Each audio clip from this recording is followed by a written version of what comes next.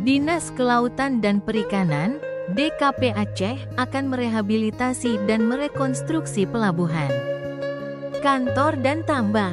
DKP Aceh telah mengusulkan 3 triliun rupiah dalam dokumen rencana rehabilitasi dan rekonstruksi pasca bencana R3P.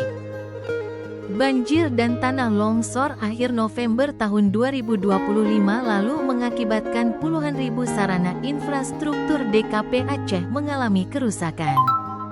Dalam dokumen rencana R3P, DKP Aceh telah memvalidasi data dengan pemerintah kabupaten kota sehingga tidak ada lagi perbedaan.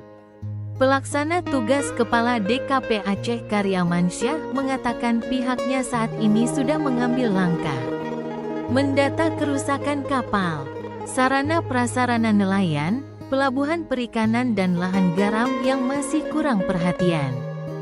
Infrastruktur perikanan yang mengalami kerusakan paling berat adalah perkantoran pelabuhan seperti pagar, mebeler, peralatan elektronik di Pedada, Krueng Mane Biren, dan Meredu.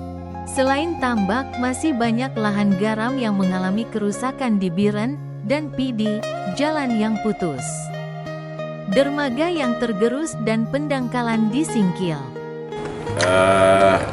Dari hitungan terakhir kemarin dengan tim R3P pemerintah sekitar 3 triliun Pak. Sekitar 3 triliun ini tentunya adalah seluruh kerusakan yang berdampak di di kelautan dan perikanan.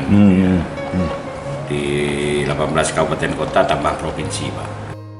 Dia mengatakan, untuk dokumen rencana R3P data kerusakan sarana infrastruktur DKP Aceh baik kerugian petani tambak yang tidak sempat panen dan tidak ada pemasukan tentu perlu perhatian dari KKP. Dari Banda Aceh, Fajar TV Aceh Online mengabarkan.